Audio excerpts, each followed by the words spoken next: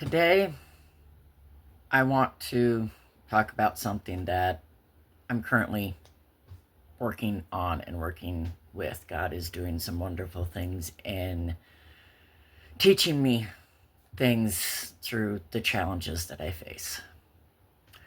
And this morning, on one of my morning walks, God decided to show me something.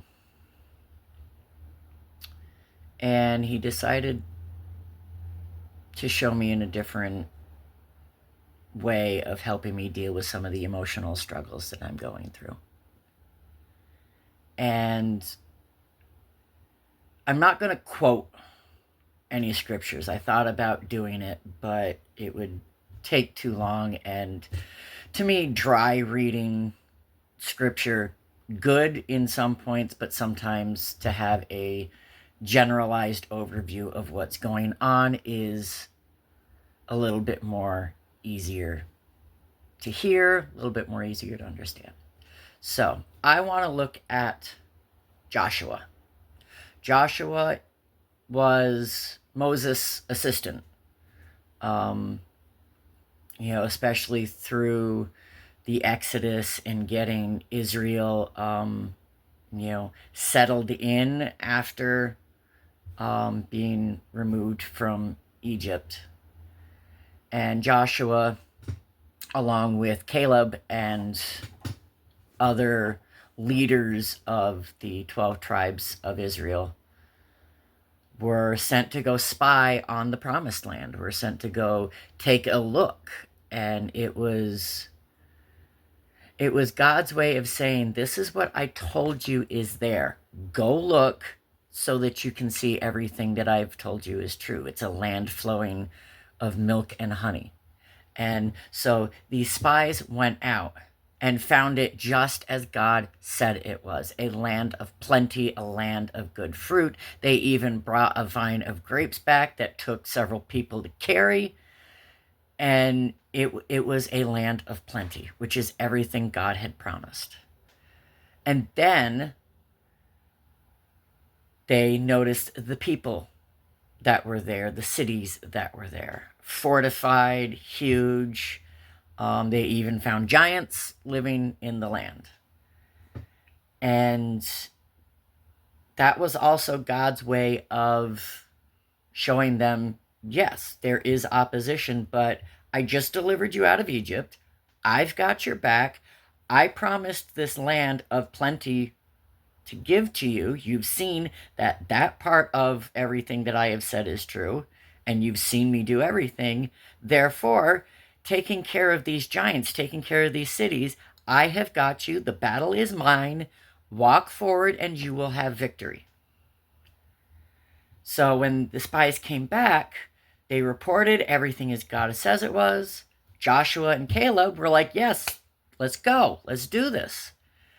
But the rest of them trembled in fear because of the giants. We are grasshoppers in their sight. And it was in that where the rest of Israel started complaining and started saying to Moses and Aaron, well, you brought us out here to die. We're not going to go. And everything that they had just witnessed God do became meaningless to them. And so that, because they chose not to believe God, they wandered in the desert for 40 years, even though Joshua and Caleb truly believed. Joshua and Caleb, out of every of the adult fighting men, were the only two to enter the promised land because they still believed. And they still had to wander in the desert till that entire generation died off. 40 years is a long time to wait for the deliverance and promises of God.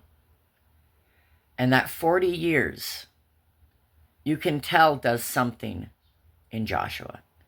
In Numbers 13 and 14, it talks about the spies report, and it talks about Joshua's zeal.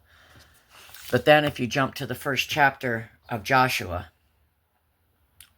several times, I'm not going to go through and count it, but several times, God says one thing to Joshua: be strong and courageous. 3 times to my quickly reading. In one chapter, God said that to Joshua in one speech. 40 years is a long time. And by the fact that God was continuing to encourage Joshua in this moment, leads me to believe maybe his faith was a little faulty, and maybe it started diminishing. And this is where I want to talk about faith in famine. I know famine sounds like a very biblical word to use, and it is. But famine is a loss. It is a lack. It is something that you don't have. And when you don't have something, whether it's something you need or something you want, and you don't have it, this is where most people's heart is revealed, where their true belief is. I'm going to speak from personal experience, because when I have been in lack in several areas of my life, whether it's lack of money, or more importantly, lack of relationship, that has been the biggest struggle for me emotionally. I tend to do what the Israelites did: complain. I have complained a lot to God about what I don't have. And it was on my walk this morning, God showed me this bookend of what our faith sometimes turns to when we lack something.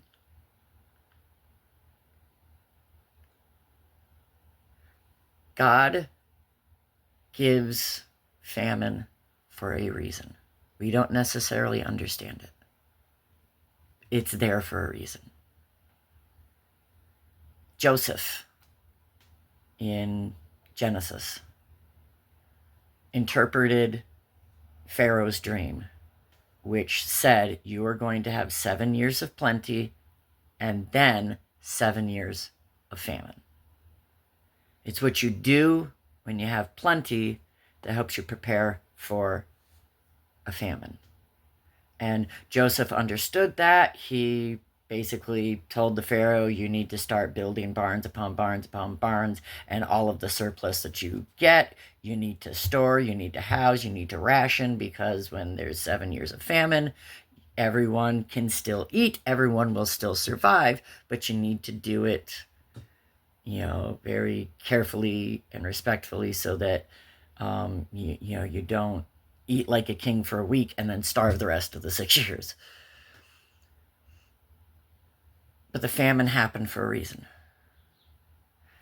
The famine in that land actually brought Joseph's family to him. And that was the fulfillment of his childhood dream of his family bowing in honor and respect to him.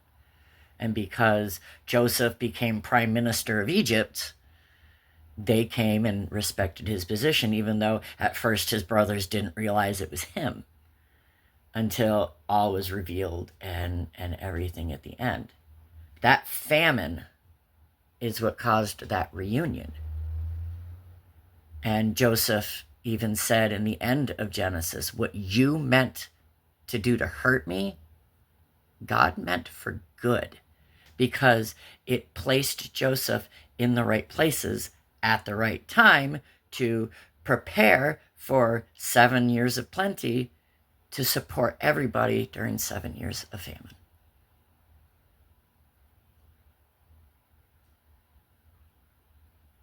I tend to complain in famine, if I'm going to be honest.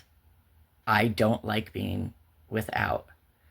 I've grown up in a modest family. We weren't rich. We weren't necessarily dirt poor either. I would say maybe lower middle class, maybe at best. I remember, getting my first PlayStation as a kid after the PlayStation 2 had already come out. So my mother waited until the first one was kind of cheaper. I'm still a big fan of an Atari, and I'm not sure if anybody under the age of, say, 30 understands what an Atari is, but anyone who's over 40 and up can appreciate the word Atari. But my mother always made sure me and my brother were fed and happy to the best that we could be. But we weren't rich. And there's a lot of famine still in my life, especially relational famine.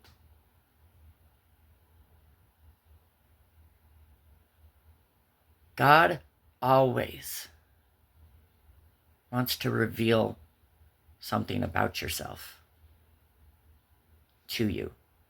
It's part of what a father does to his children. You kind of show them wrong thinking at times, or errored thinking. And this famine is revealing a lot in my life of where I am erring, of where I am lacking.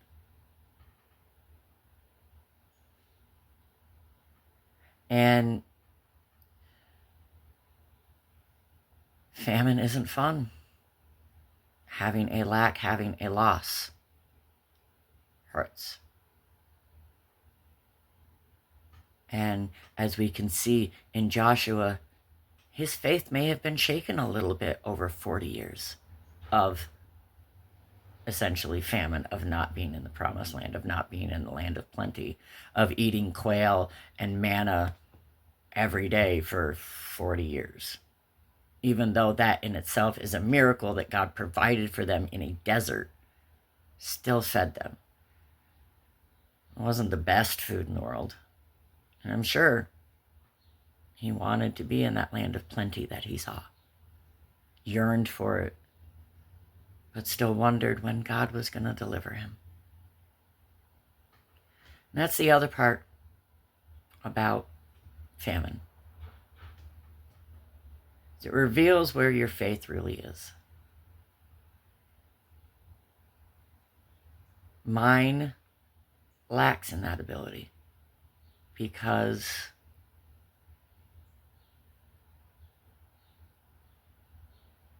I love, and I love hard, and I love deep. And I grow attached pretty quickly. Only because of the famine of relationships I have had in my life. 45 years old. That's it. I've only had 2 relationships in my entire life. And by relationships, I mean girlfriends, and then later my fiance that is not in my life anymore.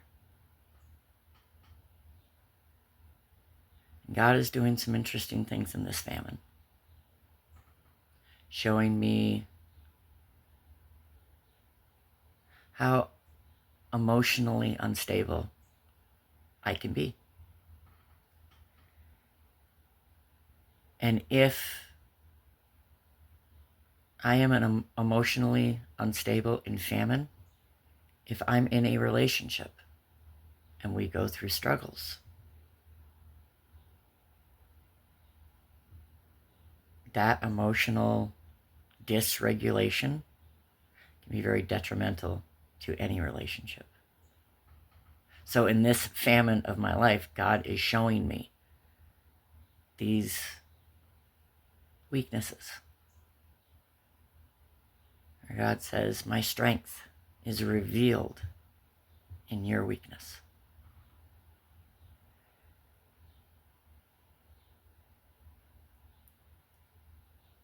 How grateful I am to see this with my own eyes today. And I wanted to share it with you. And I wanted to use Joshua as that example, as God was saying, I see your heart and I know you're struggling and I know it's been 40 years, but that promise I gave you is still there. The battle is mine, victory is yours. And the first place that they come across is the fortified city of Jericho. What a massive undertaking as your first dealings in the promised land. And God did it. The walls came tumbling down, and they took out a fortified city right off the bat because God gave them victory. God had already gone before them as they sent out the spies, and Rahab the prostitute was saying, look, we've heard about you. We're kind of scared of you. And that too was an encouraging word from God. And God even did that with Gideon, where even when Gideon was hesitant about going into the Midian camp, Midian and Gideon, that's fun, God sent him encouragement. If you doubt, go up to one of the tents and listen. And he overheard two soldiers talking, one talking about his dream that he had, which basically said the Israelites are coming to this camp and they're going to destroy us. Talk about a vote of confidence right there, I think. And that's exactly what it did in Gideon. It was a hint from God to say, I've still got you. And if you need this encouragement, here it is. So if you're going through a famine in your life, trust that God wants to show you something in it, reveal something in you that needs some work, and that he's still going to deliver you through it. Metal, in order for it to become a pure metal, it's got to go through a furnace. When metals in their natural form are extracted from the ground, they're in the midst of rock and dirt and everything else. It's not like you chisel with a hammer and rock and all of a sudden you've got this pure ingot of gold or silver or whatever it is. No, it's in the midst of dirt, rock. It's a hodgepodge of so many impurities. So the only way to get to the metal is to melt it really hot. The metal sinks because it's heavier. It's heavier than the rock. It's heavier than the dirt.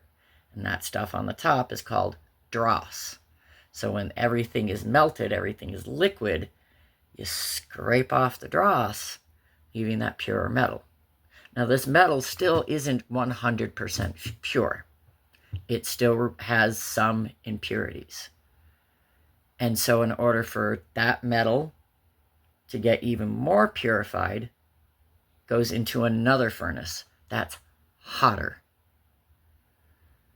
And then hotter and hotter and hotter and hotter till most of the impurities are gone and you're left with the pure specimen behind. Same is true for us. Trials, famine are a furnace. And God reveals some of the things within us in those moments.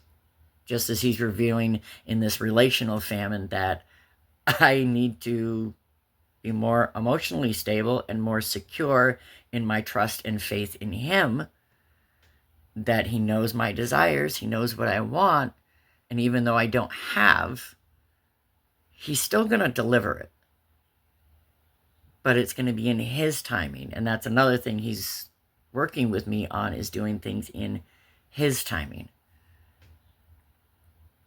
And the only reason I am sharing this with you today is because I want you to know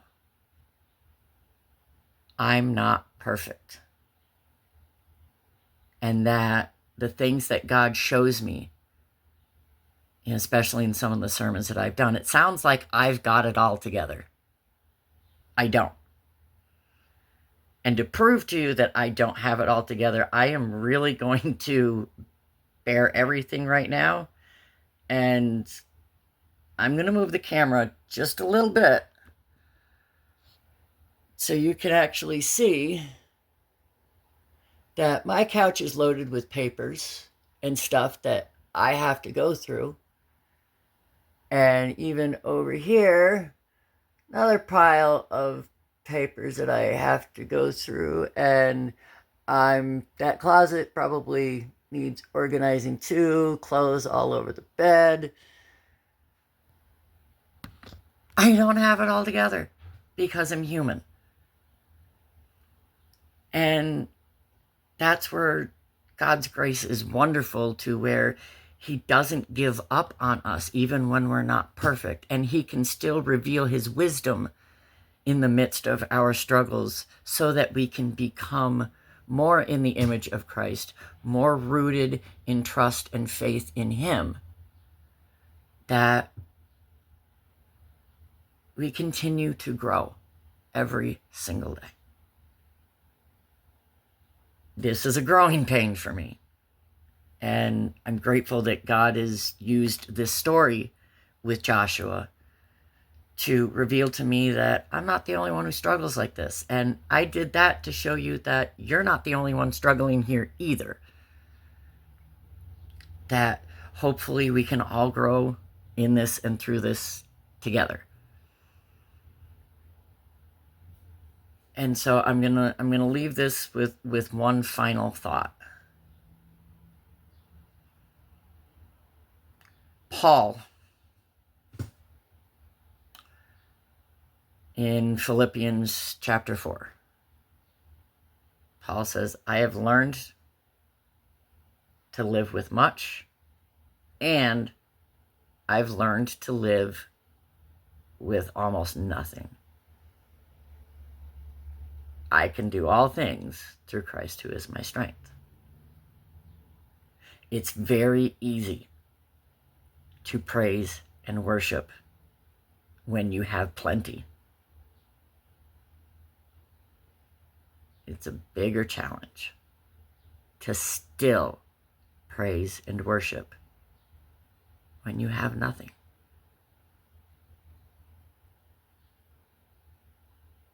And so that in my last sermon that I just did about pain and praise, even when you don't feel like praising, when you have so much to complain about. Complaining is what cost Israel wandering for 40 years. There is a reason why you might be going through a famine right now. Trust God in it. Trust him to reveal something in it that he wants to show you. And trust him that he's going to deliver you through this valley of the shadow of death, so that on the other side, he will have a table already prepared for you in the presence of your enemies. The blessing is already there, but you got to walk through the valley to get it. And so this is a valley for me. Not being in a relationship makes me feel rejected, makes me feel that I have no value. And this is other stuff that God is working with me on in this, to realize that I don't have to be in a relationship to have value. I don't have to be in a relationship to have worth. I don't have to be in a relationship to enjoy the presence of God. that I don't have to be in a relationship to not be useful. And so that's one of the things this famine, this lack, is doing in me as we speak. Trust God in your famine. All things work themselves out as a plan for good for those who love God, those who are called according to his purpose and plan. Romans 8:28. The purpose. Trust God to show you something in it so that you can make it through the other side and learn what he wants to show you in this season. Lean on him. Trust him. Be strong and courageous.